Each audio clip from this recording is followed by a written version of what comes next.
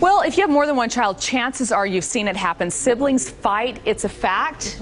But parents can do something about it. We are joined by Elisa Goodwin-Snell. Thanks for being here. Thanks for having me. Okay, first of all, when I saw this morning, I thought, oh my gosh, this is talking to us. I said to my husband yesterday, do all kids act like this? They absolutely do. Okay, well, I'm glad. We can't eliminate it entirely, but I think we shouldn't own it as our problem either, because when we own it as our problem, it's going to be something that they're going to make even worse. So one thing to consider is that sibling fighting and rivalry is actually a cure for boredom. So we can kind of predict when they're bored that they're going to act out. Right. And don't take it so personally. Don't jump in and just assume that you need to fix it, or they're always going to be dependent upon you to fix things. Okay, but my kids are really little. Should I be doing something? You should be doing something, but we'll kind of go through that in just a minute. First thing is look at it as a cure for boredom. Another is also that it's a way of getting attention. And so negative attention is better than no attention. Yeah, I guess so. And so they will tend to... Even for each other. Even for each other. Yeah. Anything. And again, it goes back to the cure for boredom, too, because at least when I'm getting attention, I'm not so bored. Right. And the third thing to consider is that they also want you as a parent to jump in and even the score.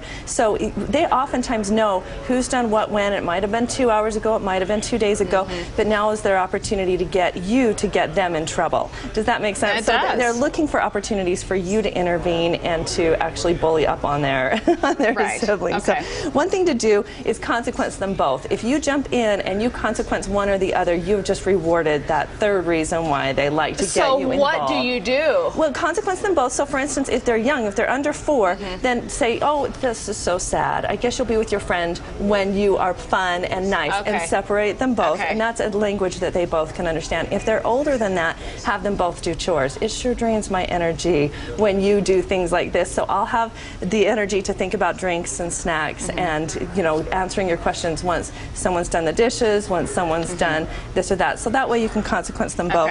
Catch them being good. One of the best ways to prevent this. I try to do that, you know, instead of just always saying, you guys knock it off. And the more attention we give to the positive, we get a lot less negative attention. And also, if one is bullying on the other, give the victim a lot of attention, a lot of positive attention, and ignore the one who is the bully, because that tends to also eliminate some of the problem. And then make them work it out. If they're over the age of 4, have them both sit somewhere close to each other, and they can't play, they can't do anything, they can't get out of the corner until they both can say that it's worked out. That way you're not getting in the middle, you're not fixing the problem, you're not finding out who did what when. You just say, well, when you both are happy, then you can come out. When you both have worked it out, and then ask them before they get out, is it worked out? And if one or the other doesn't feel like it is, they'll inevitably say so, and then they're stuck having to work it out. I like that idea the best. I really like the idea of having them do it. If they're over the age of 4. Yeah. Beyond well, I'm going to make mine anyway. I'm just kidding. It's hard. They don't have the skills beyond, before the age of 4, so you need to be careful about that. But having them separated from each other teaches them that to be with my friend, who my sibling is, then I've got to be able to work things out. Right. Okay. Well, Lisa Goodwin-Snell, great advice. Thanks.